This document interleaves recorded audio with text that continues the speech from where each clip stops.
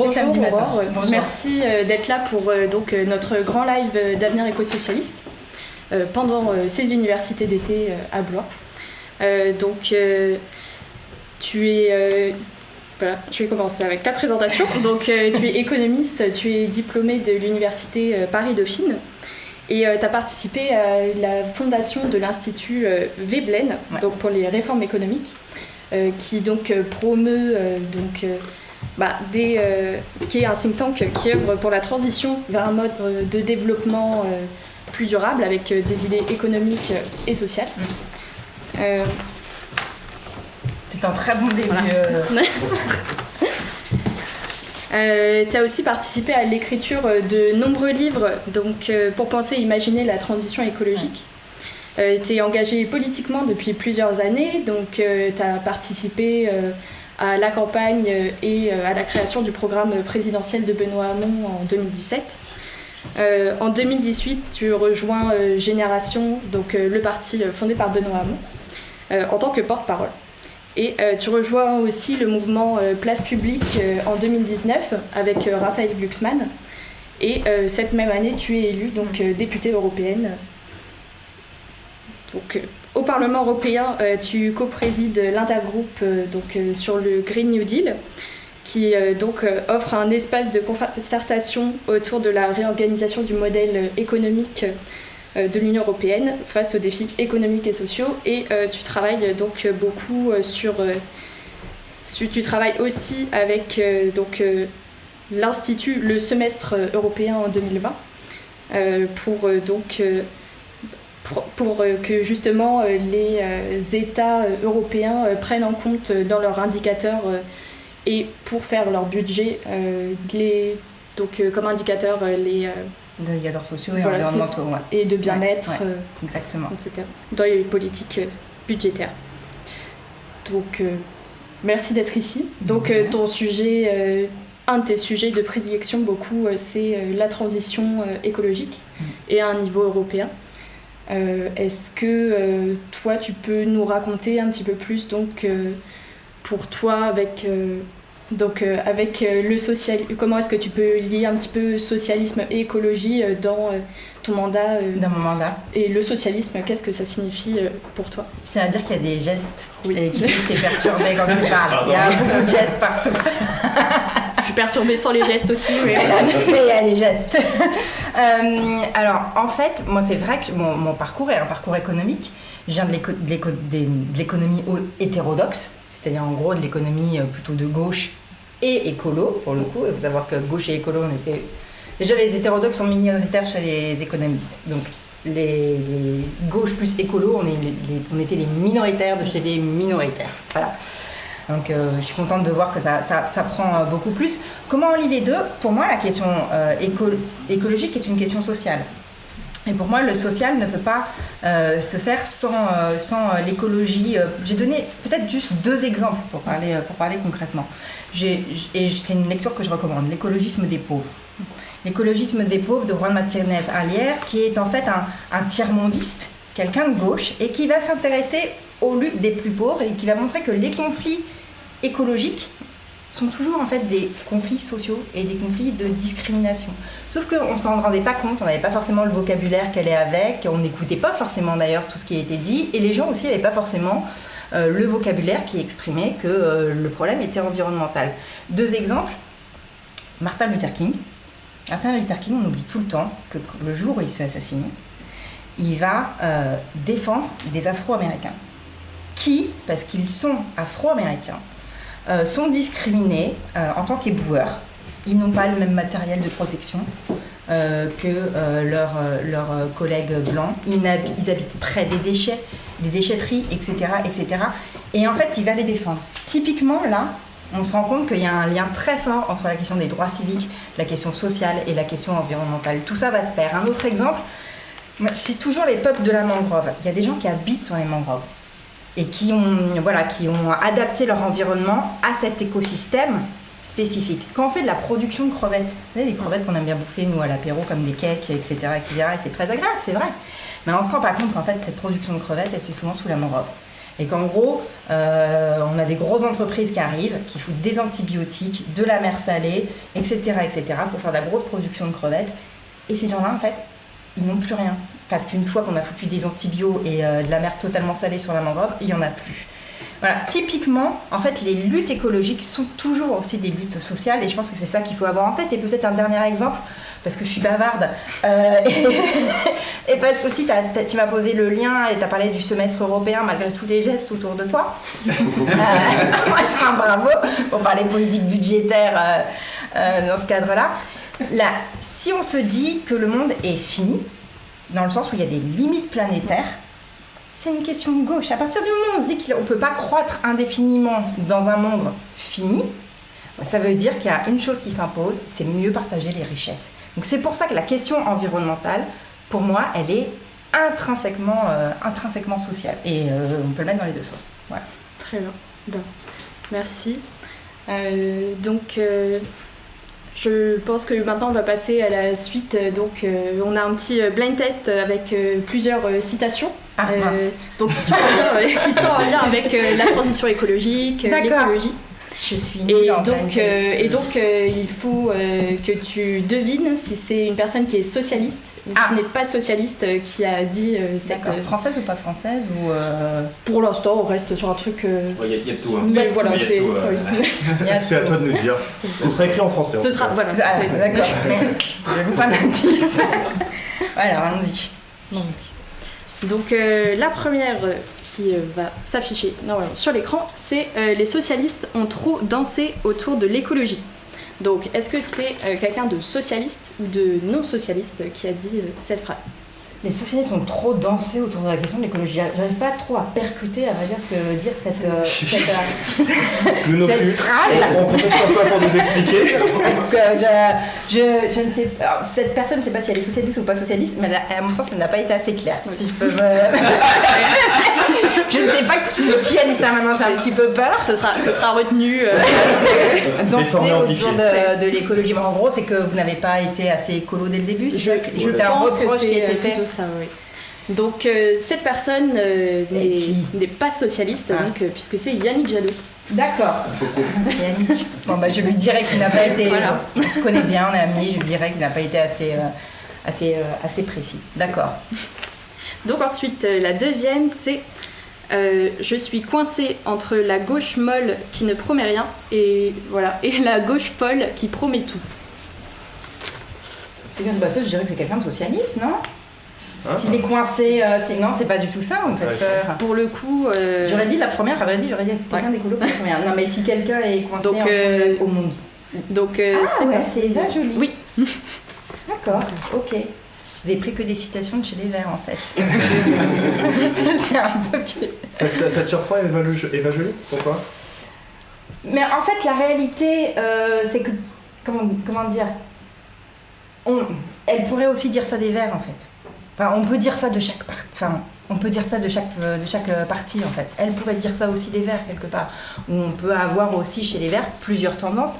Ce qu'elle appelle la gauche molle, j'imagine que pour elle, c'est peut-être aussi une partie des Verts qui peut être un peu plus réalo, entre guillemets, qui peut être les Verts allemands, etc.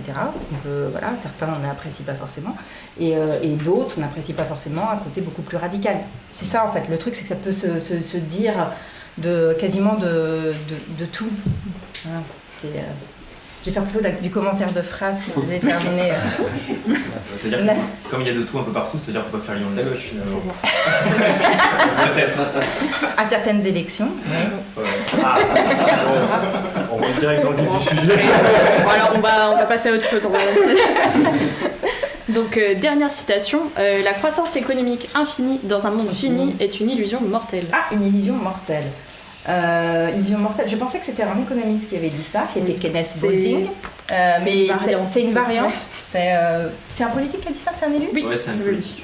Alors je ne sais pas. Ça vient de Boulding, ça c'est sûr. Oui. Mais qui a dit ça, je ne sais pas. Ça peut être un vert ou un socialiste, pour le coup.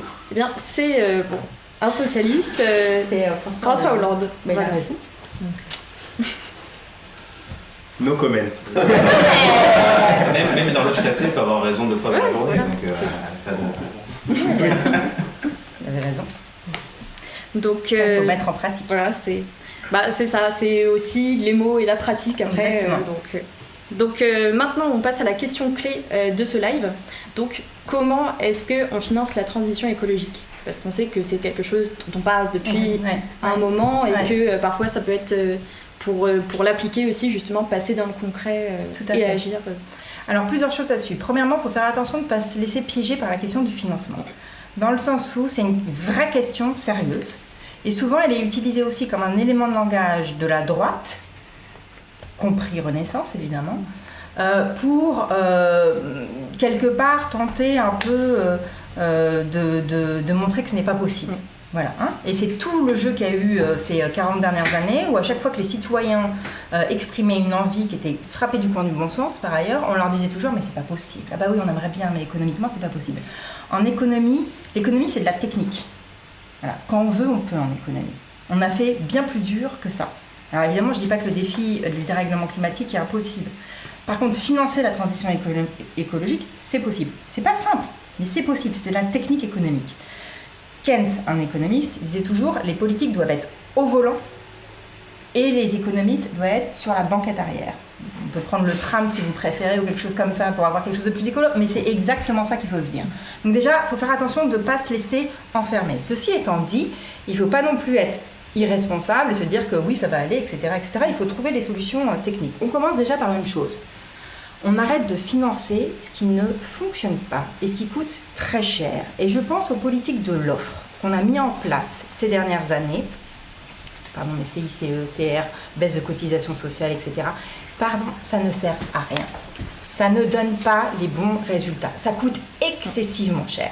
C'est des manques de rentrée d'argent. Donc ça, déjà, on arrête. Quand on fait des subventions, on les conditionne. L'argent public, et c'est pour ça qu'il ne faut pas avoir un discours irresponsable sur l'argent public, c'est l'argent des citoyens.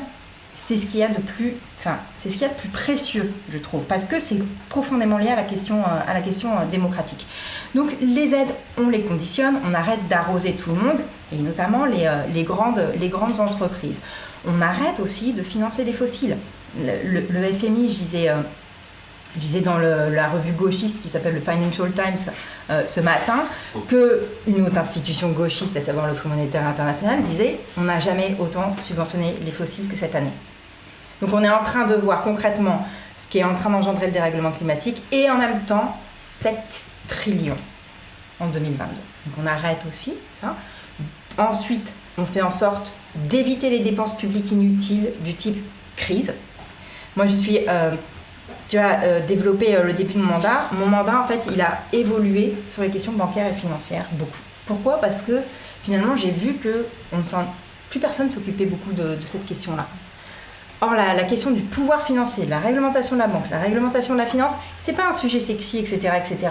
Il faut le faire. Il faut protéger absolument les gens d'une crise bancaire et financière. Or, on sait très bien qu'on va avoir ce qu'on appelle les actifs échoués, c'est-à-dire que, petit à petit, plus on va mettre la transition écologique en place, plus il y a des actifs financiers qui reposaient sur des fossiles qui ne vaudront rien. Et on sait que ça, c'est un risque systémique. Et on n'a pas envie d'avoir une nouvelle crise des subprimes. Ça veut dire qu'il faut réglementer très fortement la banque et la finance, parce que vraiment, on n'a pas besoin d'une crise en fait en ce moment. On a déjà assez, une guerre, on a l'inflation, on a la transition écologique, ça va aller comme ça. Donc déjà, il faut faire ça. Et ensuite, il y a un truc qui s'appelle la fiscalité. Voilà. Et il va falloir revenir là-dessus. Et c'est pour ça qu'avec... franchement, je suis... En tant que députée européenne et coordinatrice justement des questions fiscales, parce que ça a été aussi une évolution de mon mandat, je pensais que jamais on avancerait sur la question fiscale au niveau européen, parce que déjà on se dit Europe c'est lent, fiscalité en Europe, oublie, on n'y arrivera jamais. Et on a fait passer au Parlement européen, sous ma plume d'ailleurs, la taxation sur les super profits. La Commission européenne, c'est elle qui a proposé aussi la taxation sur les super profits. On a fait l'accord au CDE pour qu'il y ait un seuil minimal de taxation des multinationales. J'en ai été rapportrice et c'est l'Europe qui l'a mis en place, la première. Et là, avec Paul Magnette, et je vous invite à la signer, on va lancer la campagne au mois de septembre. On a lancé une initiative citoyenne européenne pour avoir une taxation des très riches et du capital. Ça n'est plus taxé. En fait, les revenus sont taxés aujourd'hui, mais tout ce qui est le patrimoine, qui est la transmission des inégalités et l'accroissement des inégalités, et qui est vraiment quelque chose de gauche pour le coup, ça n'est plus taxé. Donc on a lancé cette initiative. Si on a 1 million de signatures, la Commission européenne sera obligée de faire une proposition de directive sur le sujet. Donc voilà comment on peut financer la transition écologique. Et après, il y a la dette, il y a le déficit, il y a la possibilité de recréer ce qu'on appelait avant un circuit du trésor. C'est comme ça qu'on a financé l'après-guerre et la reconstruction. En fait, on sait faire. Je ne dis pas que c'est simple. Je dis qu'il faut que la volonté politique soit tout de suite là parce qu'il y a beaucoup à faire et il faut le faire maintenant. Voilà. Pardon d'avoir été un peu longue tout d'un coup.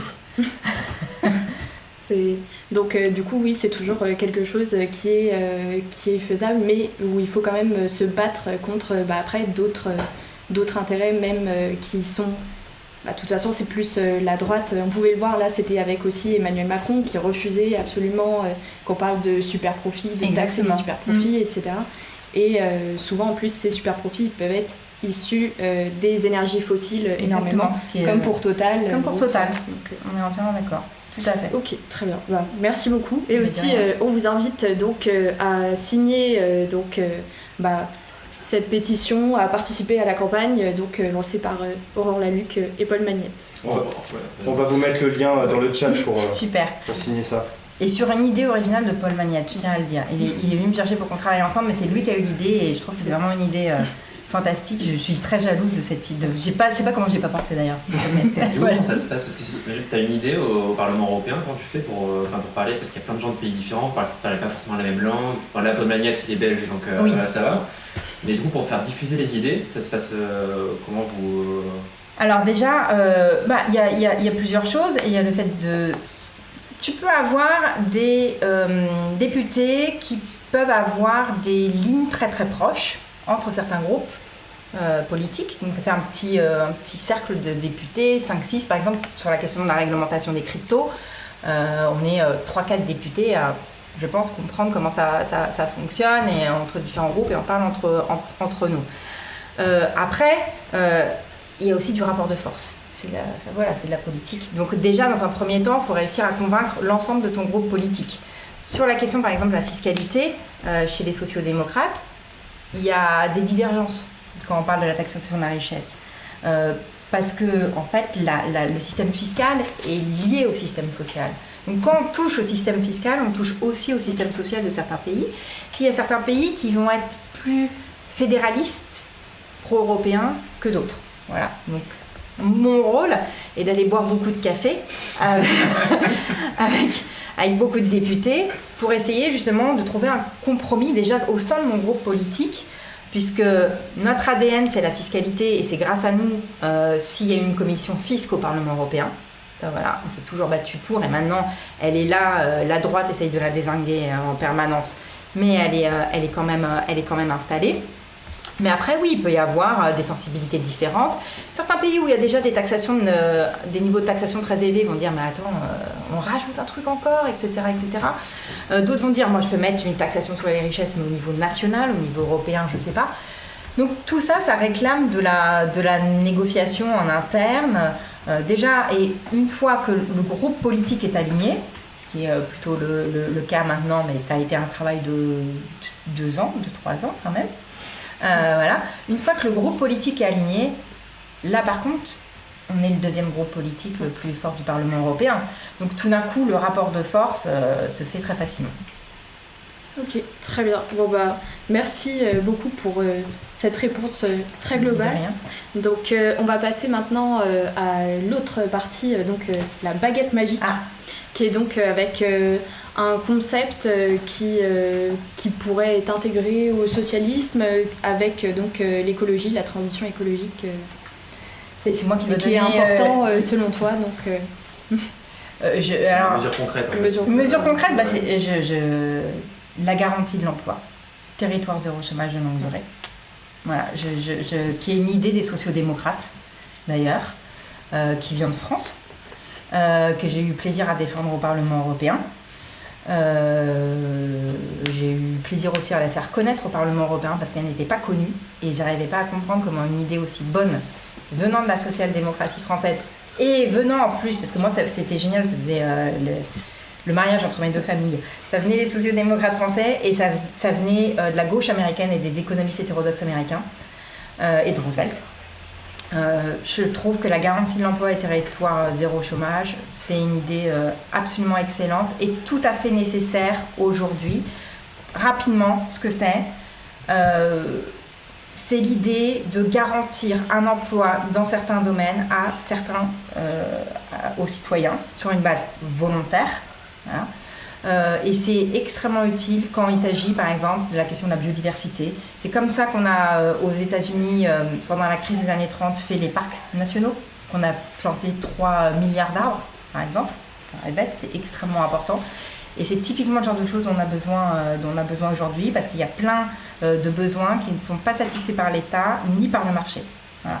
Et il y a besoin de mains pour certaines choses, notamment dans le domaine du care, mais aussi dans le domaine de la biodiversité. La biodiversité, ça coûte pas cher, ça réclame par contre beaucoup de moyens humains.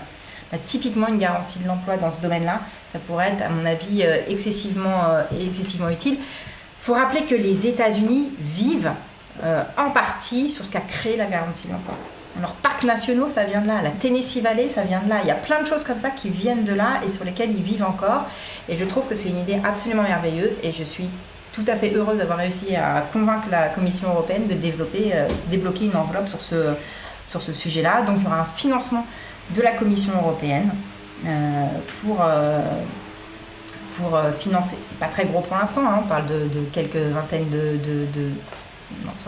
millions, mais c'est déjà ça pour mettre un pied dans le logiciel néolibéral qui fait croire aux gens que c'est de leur faute s'ils n'ont pas d'emploi. Alors, du coup, je trouve ça intéressant. Quelle est la différence entre ce projet porté par le SND par rapport à Renew et le gouvernement français qui a impulsé peut-être ça? Alors, l'idée, elle vient de France. Elle vient des sociodémocrates, elle vient de Laurent Grandguillaume à la base. Et ensuite, ça a tellement bien marché que on a continué à avoir un soutien des gouvernements, en fait. Qui ont suivi. Mais l'idée, c'est vrai, c'est Grandguillaume, c'est un social-démocrate, c'est quelqu'un du parti socialiste même. Donc c'est vraiment une idée de la social-démocratie pour le coup, et qui a en revanche cette force d'être assez transpartisane. C'est-à-dire que comme on parle de travail, il y a toute une partie de la droite qui va dire oui, c'est du travail, c'est bien, c'est pas de l'assistanat, etc. Voilà. Et donc quand on fait des sondages aux États-Unis, en Europe et en France pour voir qui soutient la garantie de l'emploi, et ben on voit qu'on a des électeurs ou des sympathisants d'un arc politique très très large qui sont justement en soutien à ce projet. C'est aussi pour ça que moi j'avais eu l'idée de le promouvoir au Parlement européen, parce qu'au Parlement européen on n'a pas de majorité, il faut toujours en créer une, et je m'étais dit qu'on arriverait peut-être justement avec une partie de la droite et de Renaissance à avoir des gens qui pourraient voter en faveur de ça, parce qu'ils se diraient c'est le travail, c'est pas c'est bien, les gens vont se mettre au travail comme s'ils ne voulaient pas travailler. Voilà. Okay. Voilà, je pense que c'est vraiment, et juste pour finir là-dessus, c'est hyper important, je trouve, quand on est de gauche, de défendre cette idée, parce que c'est vraiment ça modifie le logiciel dans lequel on s'est mis, selon lequel les chômeurs, mais c'est de leur faute s'ils n'ont pas de travail, etc., etc. Ça rappelle que non, le chômage n'est pas volontaire, ça rappelle que tout le monde est compétent, tout le monde a des compétences, et ça rappelle aussi quelque chose, c'est que le chômage, ça coûte excessivement cher. On a des coûts directs, mais on a aussi des coûts indirects dans le sens où on se rend compte que les chômeurs ont une santé physique dégradée, psychologique dégradée, et en fait on punit des gens et on perd en plus bêtement du capital humain, des gens qui ont énormément à apporter à la société. Voilà. Okay. On a juste une question sur le chat de Allons-y, Allons-y. D'accord. Qu'on remercie pour sa question, qui demande si, en termes de fiscalité, il y a toujours la même divergence entre donc des pays du Nord et des pays du Sud. Oui. Allons-y, Allons-y, il a parfaitement, il ou elle, je ne sais pas, je pense. A parfaitement raison. Oui, il y a une vraie divergence. Mais il y a une divergence, alors pas forcément sur ce qu'il faut taxer, mais sur le niveau de taxation au sens échelle de gouvernance. C'est-à-dire que les Nordiques sont plutôt en faveur d'une taxation au niveau national et pas forcément au niveau européen, fédéral.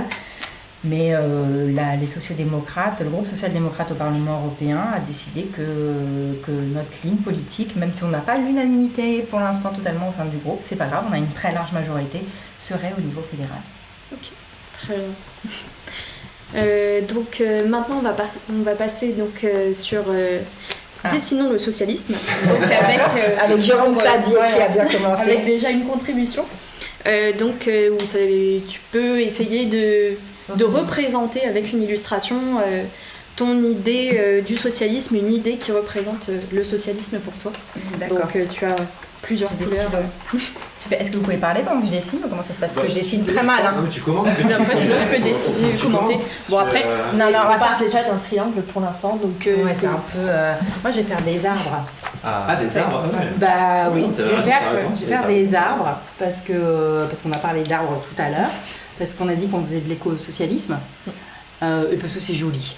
Après, je dis pas que les miens vont être jolis. C'est ma contribution. Ça sera ma contribution. Mais parlez pendant que je dessine. Il faut qu'on devine les essences. Non, mais... Il n'y a pas vraiment beaucoup d'essence. Tu vois, c'est vrai que les arbres sont hyper importants pour lutter contre le dérèglement climatique. Ouais. Notamment contre les îlots de chaleur. Si dans les villes, les arbres, ça permet de baisser la température. Et vous allez en parler avec. Vous recevez Eric Andrieux. Oui. Et ben vous allez parler d'agroécologie, j'imagine. En partie, ouais. On va parler de ruralité, voilà. De développement rural. C'est quand même, c'est pas génial, mais c'est mieux que j'ai donné plus de moi-même que Jérôme Sadi avec son triangle. Voilà. C'est plus grand aussi. Oui, mais parce que les arbres c'est important. On a dit, il faut qu'il a dit. Hein. C'est vrai, en plus c'est moi. Voilà. Donc on est sur un chêne. On est sur sur de l'imagination. Alors quel arbre représenterait le plus le socialisme du XXIe siècle ou l'écosocialisme? Là, c'est de l'imagination. Le ginkgo. Ginkgo. Oui, le ginkgo. C'est un arbre qui espèce de son. C'est un arbre qui ne meurt pas. Oui. C'est un arbre qui se régénère toujours. Et c'est une espèce d'arbre qui s'est fait partir des rares espèces qui n'ont, au moment d'Hiroshima et Nagasaki, qui ne sont pas mortes, en fait, qui se sont régénérées. Et on a des ginkgo qui peuvent avoir millénaires, etc. Et oui, tu ne pensiez pas que j'allais avoir une réponse. Et là, je vois que... voilà. Le socialisme, c'est un peu le phénix, comme ça. Et ben, ça peut donner... oui, ça peut être une métaphore. On va peut-être le mettre en logo, finalement. Voilà, c'est un très très bel arbre, par ailleurs. Oui. Plutôt que ça rose, ça change des formes de cœur. Mettez un ginkgo. Voilà, passez du ginkgo à la rose. Ok, donc merci pour ta contribution à cette fresque de l'éco-socialisme et du socialisme. Donc, vous direz à Eric qui prolonge par là, oui, s'il vous plaît. C'est ton œuvre. Voilà, je dirais fais la Pâque, par ici, la Pâque de Thérèse. Donc maintenant, est-ce que tu peux nous raconter une anecdote qui peut être soit en lien avec les universités d'été ou avec toi, ton engagement politique Ah là là, j'ai rien du tout comme anecdote là. C'est avec les universités d'été. Ouais, au Parlement européen, c'est un truc rigolo qui est arrivé. Oh mais il m'arrive souvent des choses rigolotes moi. Un trilogue assez fun. Un trilogue, non, enfin je sais pas si je sèche là, j'avoue. Un trilogue, non. Je peux dire que j'ai assisté à des réunions de négociation assez dures avec des députés allemands de droite, qui étaient effectivement assez. Je pense que dans le privé ça serait pas passé. Voilà, mais non, je sèche. Je suis mieux sur le ginkgo. Je vous ai tout donné avec le ginkgo en même temps, les gars. C'est vrai. C'est vrai que c'était déjà une anecdote. C'était déjà une anecdote en soi. Ok, très bien. Donc, si pour échapper à quelqu'un que je ne voulais pas voir, oui. Ça fera marrer mes assistantes parlementaires. Pour échapper à quelqu'un que je ne voulais pas voir, qui était quelqu'un vraiment qui était très fatigant, j'ai foncé dans un tuyau en plastique et devant Franz Timmermans qui me regardait, voilà, qui est le commissaire au Green Deal. Et ça a fait beaucoup rire mes assistantes parlementaires, d'autant que cette plante en plastique s'est prise dans mon pantalon et que j'ai avancé tout le long de la salle dignement avec ce... Voilà. C'est mon anecdote ridicule. C'est pour ça il faut pas de plantes en plastique. C'est pour eux. Il faut des vraies plantes. C'est pas très Green Deal. C'est pas très Green Deal, voilà. Donc merci beaucoup. On arrive sur la fin du live. Donc est-ce que tu aurais donc on peut te laisser avoir le mot de la fin et un conseil lecture aussi. Un conseil lecture, je dirais L'État prédateur de James Galbraith, qui est un livre qui se lit excessivement bien et qui explique à quel point il n'y a pas eu de libéralisme ces dernières années. C'est-à-dire qu'il y a eu tout un discours en nous disant pour des raisons d'efficacité, de management, pour être un winner, machin, truc. C'est le libéralisme maintenant. Et en fait, dans les faits, il n'y a jamais eu de libéralisme. Il n'y a eu que l'État qui a été mis au service, tout d'un coup, de grandes entreprises, beaucoup plus... Alors, je ne dis pas qu'il n'y a plus d'État-providence en France, ce ne serait pas vrai. Mais on a vu une évolution, l'État au service des grandes entreprises, des plus puissants, etc., etc. Et c'est le néolibéralisme, ça. Et je trouve que c'est dit de manière excellente, parce qu'il a une plume excellente. C'est dit de manière très simple. Et ça permet aussi de nous remettre les idées un peu en clair, sinon on tombe dans des débats... parfois un peu stérile, ou quand on va dire il y en a marre des politiques libérales, tout de suite on va vous dire comment vous pouvez dire qu'on est dans du libéralisme alors que 50% blablabla de la dépense est socialisée dans ce pays, machin truc. Et bien là, typiquement, on peut dire oui, effectivement, mais ça va pas, la qualité de la dépense est problématique. Donc je dirais que ce livre est vraiment, vraiment fondamental, surtout quand on est de gauche. Et puis, qu'est-ce que je proposais d'autre ? Peut-être l'écologisme des pauvres, de Juan Martinez-Alier, qui parle aussi du tiers-mondisme, qui est quelque chose qu'on a un peu oublié à gauche, la lutte des pays du tiers-monde, et de l'écologie, puis peut-être un peu Illich ou Gorse, je sais pas, pour faire un peu de synthèse écolo et écolo-socialiste, ce que vous voulez. Voilà. Pour rebondir sur ta première recommandation, on a parlé tout à l'heure de la forme que l'État devait prendre selon Jérôme Sadier, pour accompagner le développement de l'ESS, qui s'éloignait de la doctrine marxiste, qui, il y a 200 ans, en fait, il a repris le triptyque républicain et devait, là, ce siècle-là, a réussi à obtenir des libertés, donc les assurer, poursuivre la quête de l'égalité et assurer la fraternité, donc permettre, en fait, de libérer les citoyens et leur permettre de s'auto-organiser, justement pour des projets d'ESS, il a pris plusieurs exemples. Et pour toi, justement, pour rebondir sur cette première recommandation, sur tout ce que tu as dit tout à l'heure, quelle forme doit prendre l'État, quelle forme doit prendre l'État pour les socialistes, enfin, qu'est-ce que doivent promouvoir les socialistes comme forme d'État plutôt ? Je trouve qu'il faut être très pragmatique dans ce domaine-là. Et aujourd'hui, on a besoin d'un État fort pour pouvoir mener la transition écologique, parce que ça ne sera pas sans planification, la vraie. En fait, il va falloir vraiment piloter cette transition pour pouvoir notamment protéger les plus faibles. Ça veut dire qu'il nous faut, à mon avis, revenir à des outils qui ont été laissés de côté, un plan, mais un vrai, je veux dire, pas ce qu'on a aujourd'hui. Et la planification, c'est la réduction des incertitudes, c'est un dialogue social permanent. La planification, c'est ça aussi qu'on a oublié. C'est qu'autour de la table, en 1944, quand on crée le premier plan, on met toutes les forces de la nation, c'est ce qui est dit, autour de la table, parce qu'on sait qu'on va arriver dans un moment où il va falloir reconstruire le pays alors que tout le monde est épuisé. Tout le monde est épuisé et voilà, il y a eu une guerre absolument terrible en plus. Donc le rôle, à mon avis, de l'État aujourd'hui, c'est de sortir d'une certaine idéologie, de se remettre totalement au service de l'intérêt général et de ne pas avoir peur d'utiliser certains outils qui sont marqués dans le passé et d'en créer des nouveaux, mais aussi d'utiliser des choses qui ont montré qu'elles pouvaient être efficaces. Par exemple, la question du circuit du trésor. Il va falloir s'interroger sur est-ce qu'on peut faire une transition écologique dont 60% des investissements ne seront pas rentables à court terme, avec un financement sur les marchés. Je vous rappelle qu'on n'a pas toujours eu un financement sur les marchés. On a eu ce qui s'appelait un circuit du trésor et c'est comme ça qu'on a financé la reconstruction de ce pays d'ailleurs. Donc il y a des questions comme ça qui peuvent paraître tabous aujourd'hui, qu'il faut absolument remettre sur la table. Et je trouve que c'est ça aussi le rôle de la gauche en règle générale, c'est de ne pas avoir peur de remettre certains éléments qui peuvent faire trembler la droite dans le débat public. La question de la planification par exemple, je me rappelle que quand j'en parlais il y a 10 ans, on me disait le Gosplan. On va me dire, mais les gars, vous connaissez pas votre histoire ou quoi ? Enfin, c'est Monet, quoi. Enfin, le plan, enfin, il y a aussi une partie des gaullistes. Enfin, ça va, quoi. C'est pas le Gosplan. On vous dit pas qu'il va falloir faire que des boulons de 12. On vous dit par contre qu'il y a une stratégie qui est adoptée par l'État, par la puissance publique, et qu'on met autour de la table les forces de la nation pour qu'elles la mettent en œuvre. Voilà, et qu'elles s'entendent, etc. Et en plus, ça ferait du bien en termes de dialogue social, parce qu'on a plus déjà, de toute façon, sous ce gouvernement.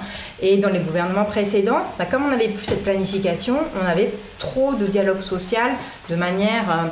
voilà, on avait la semaine sociale où il fallait tout régler sous l'œil des caméras. Ça ne se passe pas comme ça. Il faut prendre le temps d'avoir un vrai dialogue social, et c'est ce qui manque de manière... importante d'ailleurs dans ce pays. Et à côté de l'ESS, je pense qu'il va falloir aussi développer le rôle des syndicats. On est un pays très faiblement syndiqué au niveau européen, très très faiblement syndiqué par rapport aux pays nordiques par exemple. Ça, il faudrait faire en sorte de pouvoir le développer aussi, à mon avis. Voilà. Donc un État qui investit, un État qui produit, et un État qui planifie. Et ça ne veut pas dire que l'État aura toujours raison d'ailleurs. Hein. Il pourra faire des conneries. Enfin, je veux dire, non mais il faut se dire clairement. Des fois, et ça ne veut pas dire qu'il n'y aura pas de concurrence. Une bonne dose de concurrence, ça peut faire du bien aussi de temps en temps. Je veux dire, c'est pas, faut pas, voilà.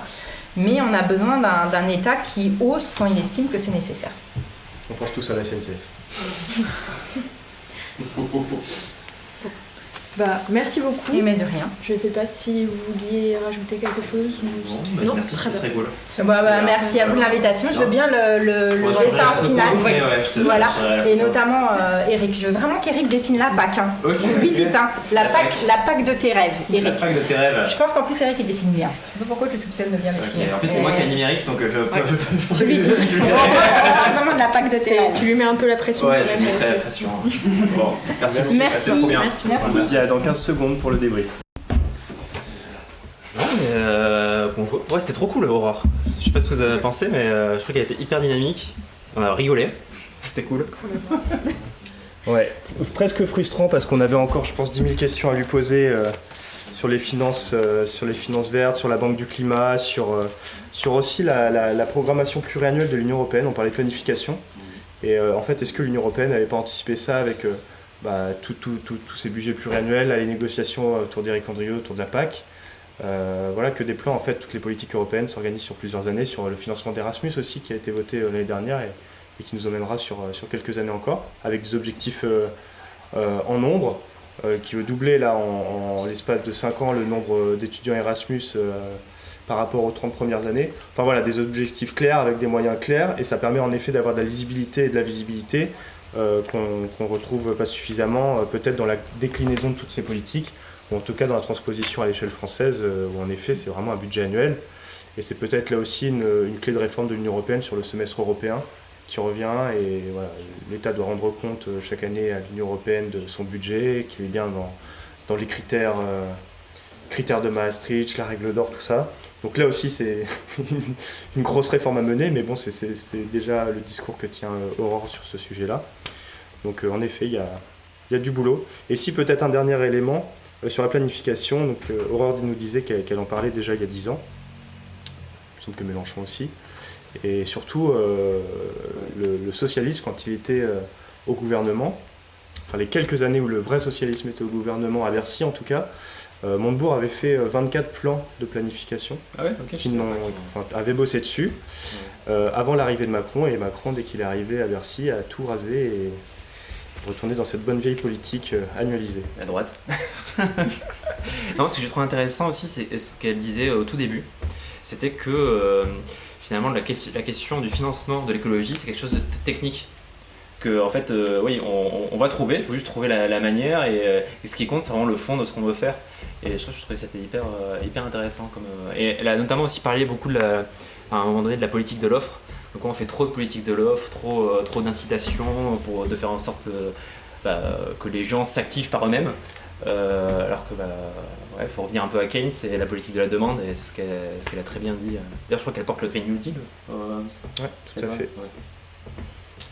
Et puis on apprécie les relations avec Paul Magnette. Ouais, c'était... Et puis Paul Magnette, on en entendra peut-être parler avec notre prochain invité.